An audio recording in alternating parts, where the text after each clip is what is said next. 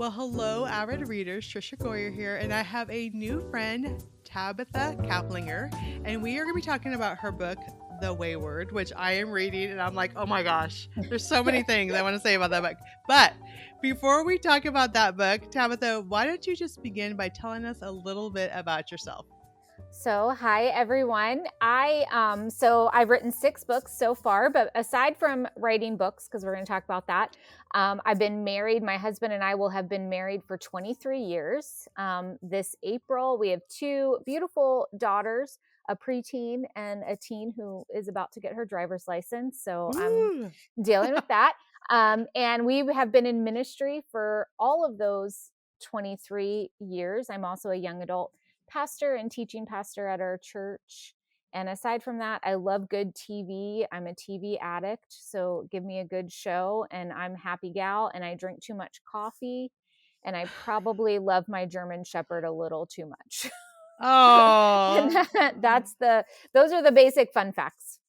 I love that. Okay, so it just makes so much sense when you talk about you're in ministry and you're in young adult ministry and you have preteens and teens, because there is such a sense of kind of dystopian reality, like angst, but cool hipness to this book. I don't know how to explain it. So that did not, I'll take cool hipness any day. yeah, because it just okay. So first of all, why don't you start explaining what the book is about, and then we'll go into some of these aspects because Okay.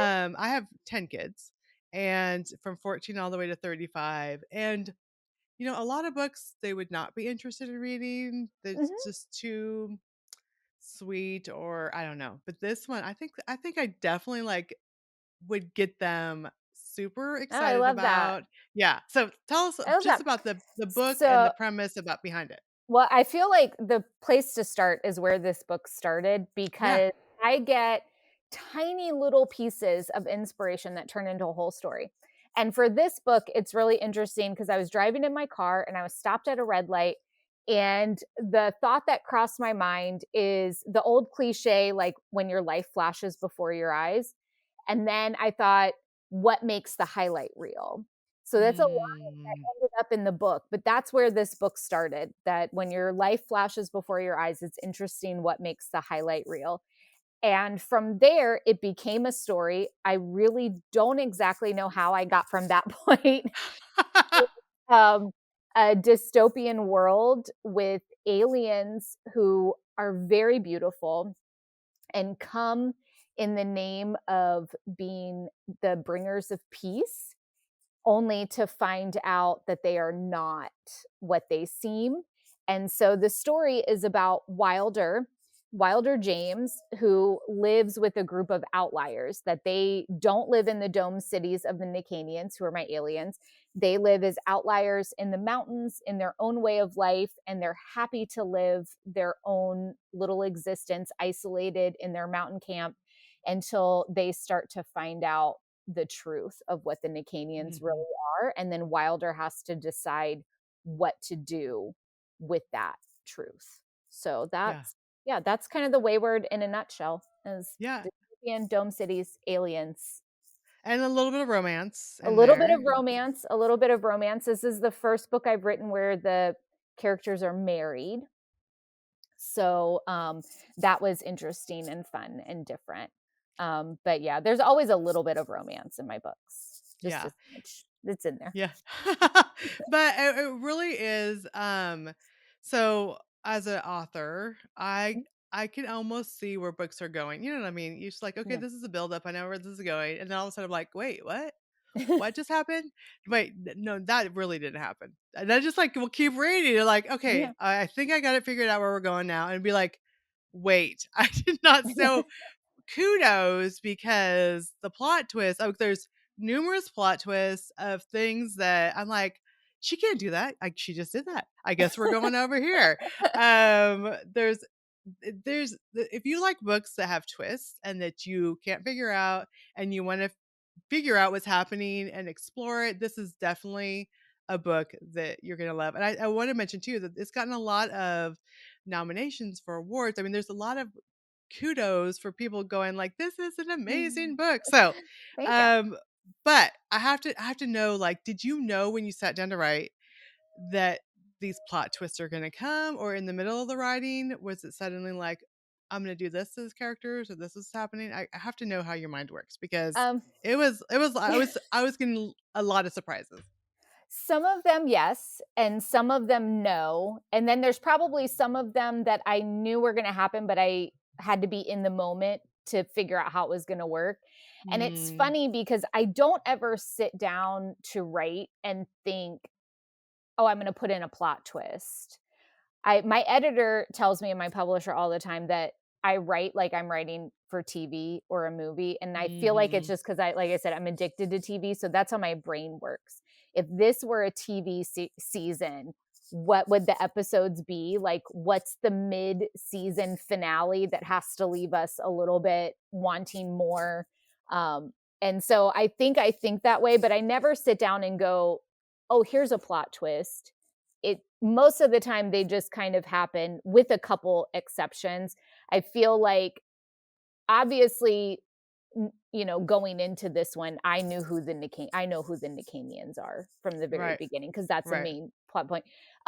Another kind of, I won't say that it's smaller, it's a big one.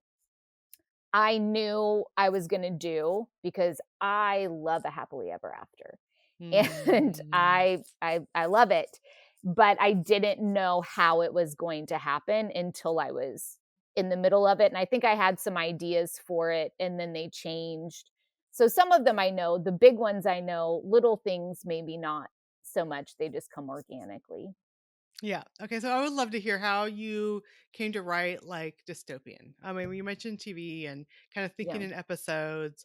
Um, but what about this genre made you want to just delve into these characters and these worlds and these aliens?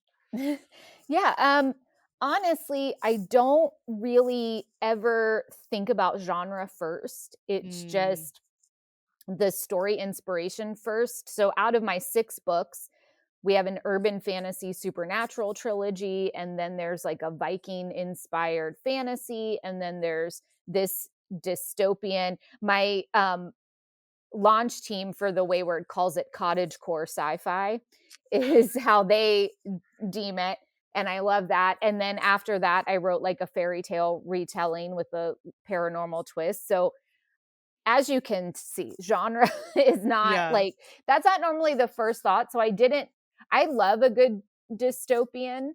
I think especially when you add in themes of faith and the hope that we have in Christ, I think that it can be really cool storytelling.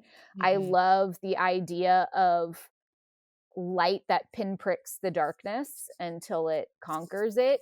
And so that all is really fascinating to me. But for this, I really didn't know that it was going to be dystopian until I was probably about halfway Okay. through plotting it. I was thinking it was going to be more sci fi. And then that changed a little bit. So Yeah. I so yeah, my brain doesn't think about the genre. I think about, "Oh, here's some a cool idea with some cool characters. What are they up to? Yeah. I love that. What are they doing? Like what kind of trouble are they getting in?" And then world happens from there, and then, genre kind of takes over in the middle of all of that. Okay, so I know like a lot of avid readers maybe read historical fiction or contemporary romance and they're like dystopian. I've never really delved into dystopian. For those who have it, like my friend Kristen, so he's like, you need to read these books. I'm like, I don't know, Kristen. I don't know if I'll like them. Well, I do. So for Yeah. those maybe who haven't read dystopian, explain kind of the genre and some things that they can expect in like dystopian. Yeah. So dystopian is usually some sort of future society where something has happened and there is a government, there's a power in place keeping everybody under control. Usually, it's not good. Thus, dystopian instead of utopian. It can appear good, and then we find out it's Hmm. not good. There's a lot of books like that. I think where everyone doesn't know until they know, but and so a lot of times dystopian, and I can get the hesitation for a lot of readers, even Christian readers, with dystopian because it can be very dark and very heavy and kind of almost depressing because it's this world that why would any of us want to live there, like the Hunger Games? Why would Mhm.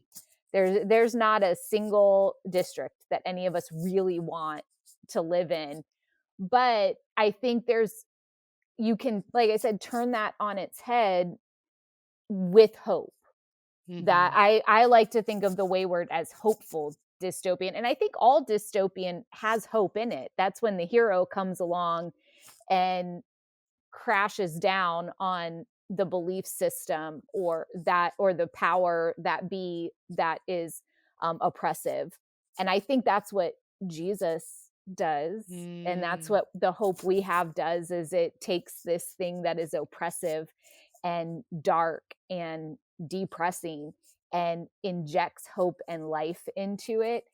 So for me, I think that's the beauty of dystopian, that yes, it's heavy and it can be intense and there's a lot of dark to wade through before you get to the light, but that light pinpricks the darkness. And I think that is such a good picture of hope. And I think that all good dystopian ends with hope eventually, Yeah. really. At least for me, the ones I like too. Yeah. It may take a And while to get there, but they get there. yes. And you mentioned the cottage. What did you say? Cottage, the Cottage descrip core sci-fi.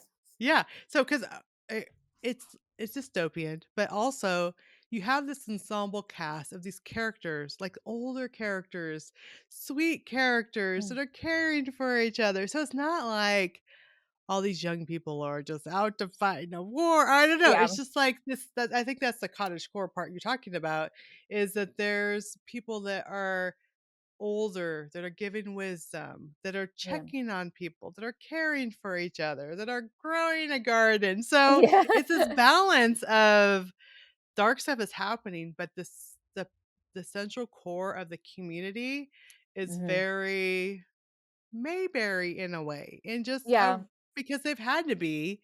They're trying to survive in this world that's really hard, and I think that some of the most precious moments are the ones where some older figures are speaking truth. I yeah, love one part, I don't think it's too far in, so I could give it away, where mm, Wilder's really questioning if she could be a leader, and they're saying, "Well, the people that think they're a leader, they're probably not really good ones." But, yeah, the fact that, you are, and you're depending on God and wisdom. I yeah, mean, it's just like, and I'm like, "Okay, I really love," and that was the truth that an older person is speaking into her. So even though the world is very harsh, there's stuff that's like, third of the way book, I'm like, "Whoa, this is like some pretty intense things happening."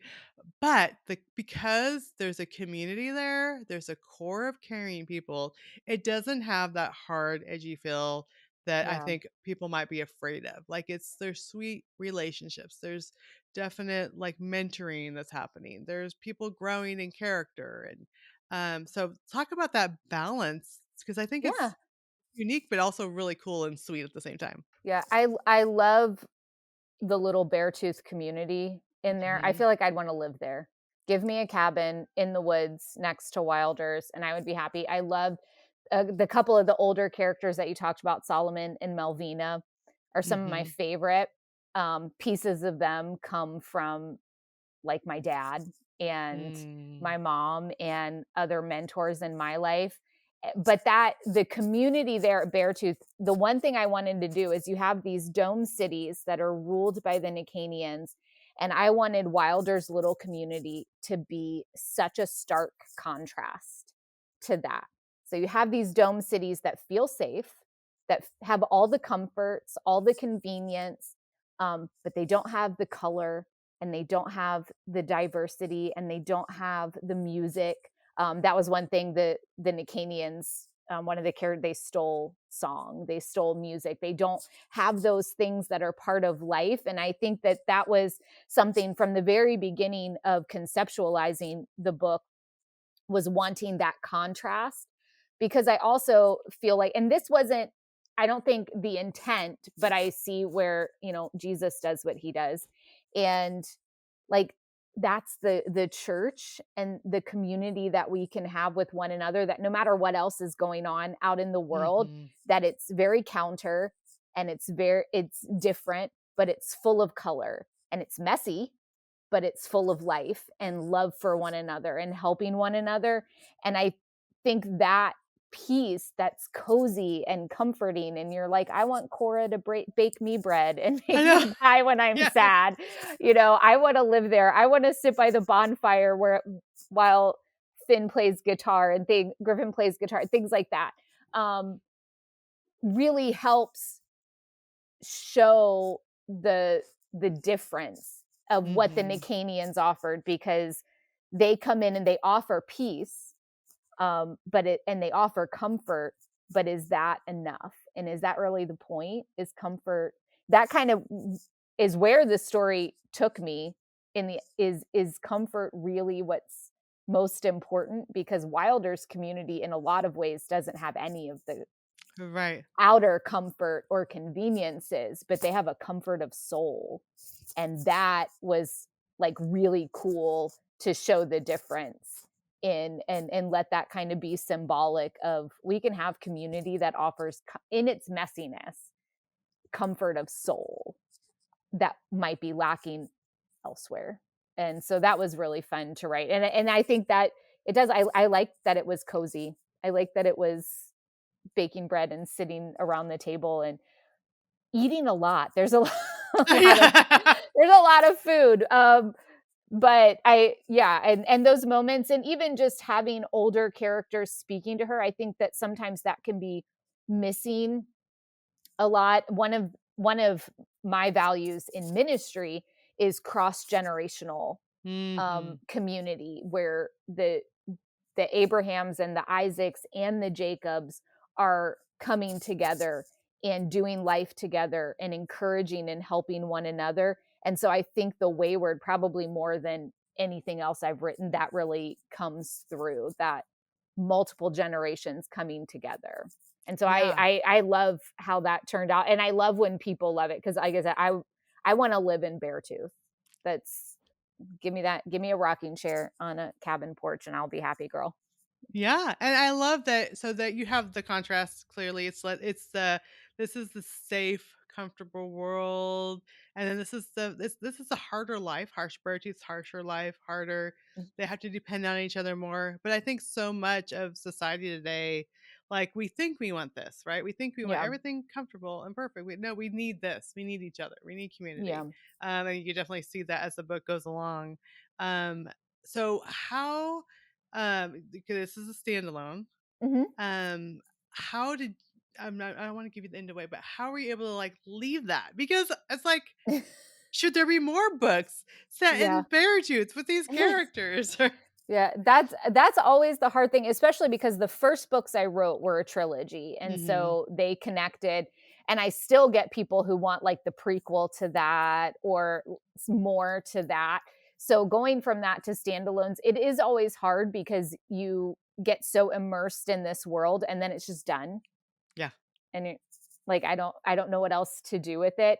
I think for me it helps if I feel like the conclusion was satisfying. Okay, so I I'm think not there yet. So yeah. I'm like, So, we cannot leave these and people, I right? can't say like whether it's good or bad, or I always tell people I like a happily ever after, like just keep reading. Like Dory would say, Okay. just keep Okay. swimming, just keep reading.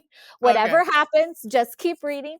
But I think for me, if the ending is satisfying for me, I feel like I can walk away from the characters and Mhm. walk away from the world, and I feel like I left them exactly where they needed to Okay. be. And so that helps. Sometimes I still miss them. It's like I wonder what they would have done next, what the next thing looks like. I know that this is one that I could maybe go back to and write another book with these characters in this world that would make sense. But, and it's funny because this is one, normally I don't have every scene plotted out, but I have the major beats plotted out when I Right. write a story. And I usually know how it's going to begin and how it's going to end. And this one, I did not know how it was gonna end until I got to those Oh, last wow. chapters, and I really wrestled with it and what that would look like, and, like, can I do this? Should I do this? I don't wanna do this, like, how do I and really Mm. wrestling with that, and which I think was a good thing for me because like I said, normally I know, and so this I didn't know, and I wanted it to be right. Yeah. And wrestling with it, I think I really felt like it was right. And so I could walk away and go, okay, like that was I can leave it. I Okay. miss it sometimes, but I can leave it and I can feel good about it. It was the same with the Wolf Queen, especially because that one was also had a lot of emotions going on, Mm. especially toward the end. Um, my only other standalone, The Castle Rose, which is a fairy tale retelling, and it's a little more light and fluffy. I mean, it's got paranormal, supernatural stuff, but it's a little more light and fluffy, and it's a love story. And so, like, you don't quite feel the same way leaving it. Like, you're Yeah. okay. Like, yeah, we have a happily ever after. And, but, with the Wolf Queen and the Wayward, especially wanting to make sure that it like I said, that it was satisfying. Yeah. And I felt like if it was satisfying for me, then for the reader, it will hopefully translate and be the same. And so you can put it down and go, okay, That was a good okay. book. Yeah. Yeah. I All feel right. I feel good Oh, about okay. this. I can Well, be I'm okay. I'm I'm still going because I'm like, oh, what's gonna happen to these people? Yeah. Yeah. Okay. Weird So thing. tell me. Go on. Well, yeah, we're like they've already start weird things are already starting to happen. So I'm like, okay, I gotta see what's gonna happen here. But I would just love to hear a little bit about your writing journey. Like, when did you want to become a novelist, and how did that journey unfold? Okay. I think that I have always loved stories in whatever form. I love a good story that we connect with. I have a pretty vivid imagination. I always have a story going on in my head, one way, shape, or form. Even just, sometimes you watch a movie or a TV show and you're like, okay, if I was in that world, what would I Hmm. be doing? What part would I play? I always had that kind of stuff going on all the way back to being a little kid. And it didn't really occur to me to write any of those stories until I was older and I started to feel a nudge to write and felt like that was something that I could do as part of my calling, just to know God and make him known, and that stories were maybe something he gifted me with. I first started out writing nonfiction that barely saw the light of day, which is probably a good thing.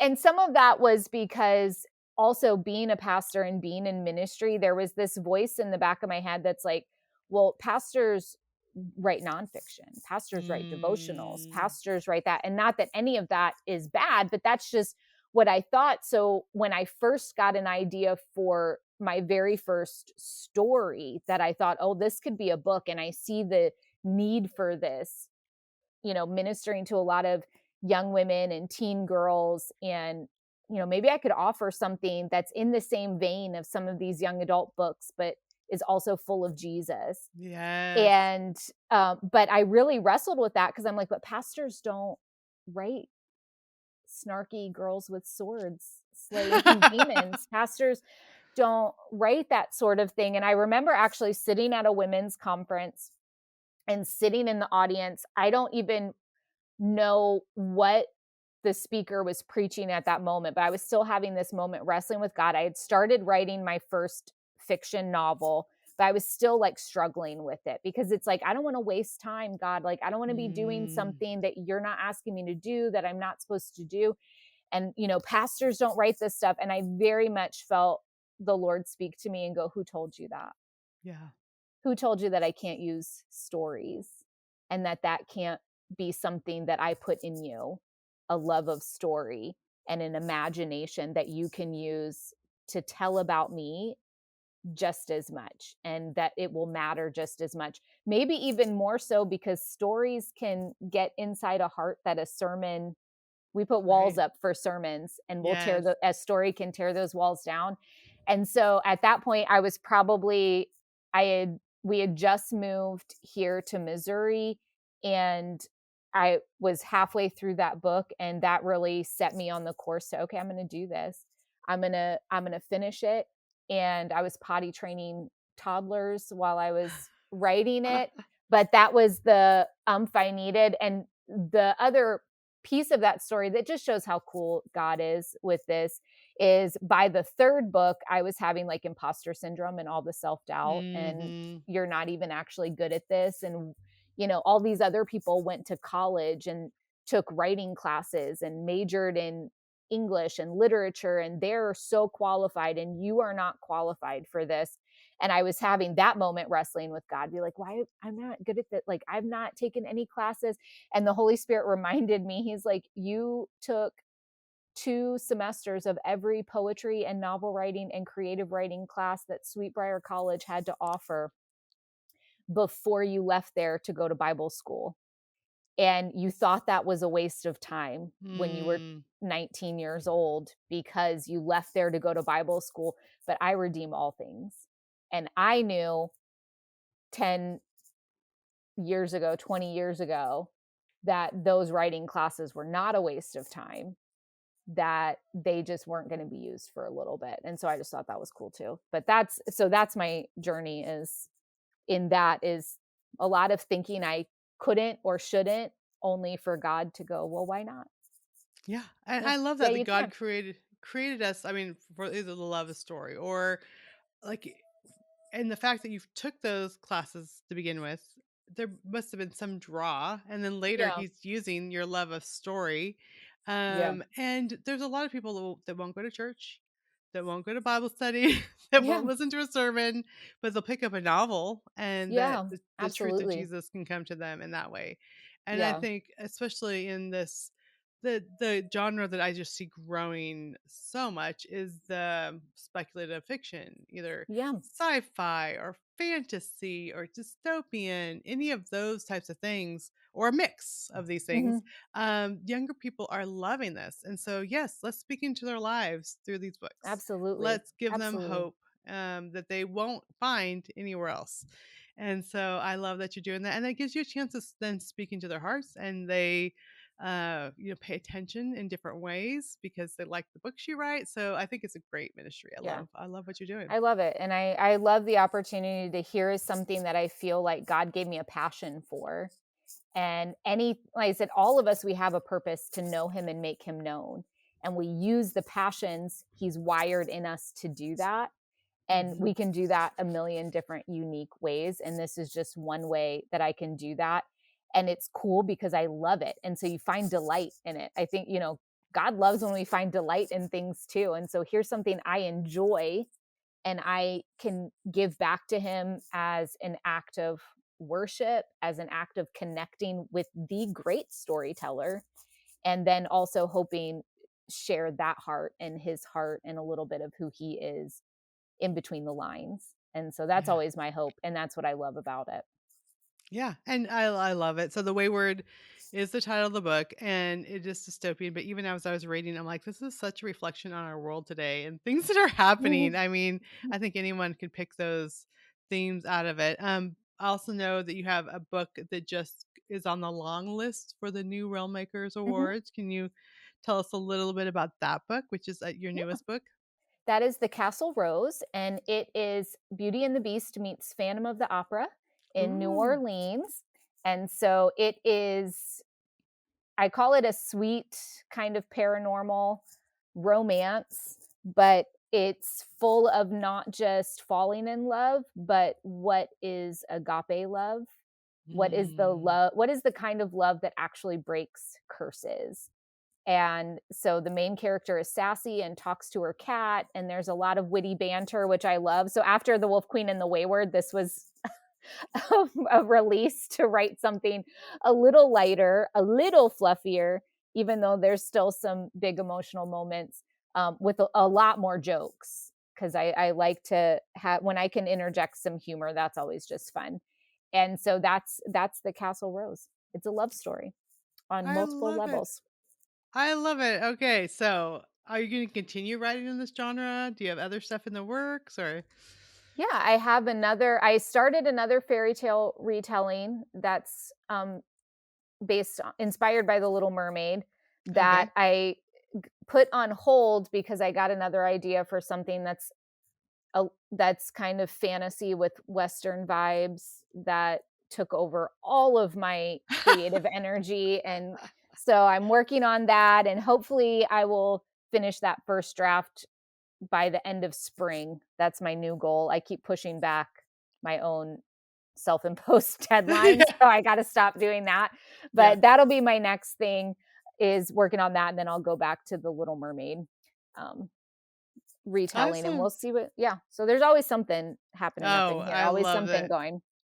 Well, I would definitely say if someone is interested in like they've never read dystopian, like this would be a great tiptoe into dystopian, or maybe you love it. This is going to be a fun read with characters that you can connect with some deep heart messages. So definitely go check out these books. But Tabitha, where can people go to find your books and to connect with you? The easiest place is just tabithacaplinger.com, my website. All the links for books, all the information about me, everything is there, including my social media. I also have a lot going on Instagram is usually my favorite place, and that's just tab_Caplinger. I talk a lot about Jesus and a lot about stories. We even do live Bible study together every Tuesday. It's Tuesday with Tab. And I love we that. and so that's those are the places where you can connect with me, and pretty much anything you want to know and then some um, are there. I love that so much. And we'll make sure and have all those links in the show notes. But Tabitha, thank you so much for being here today. And I just got to get back to this book and figure out what's going to happen with these people. Well, thank you. And I hope you enjoy it. And no matter what happens, just remember, just keep reading. Okay, I will. Thank you so much. Thanks.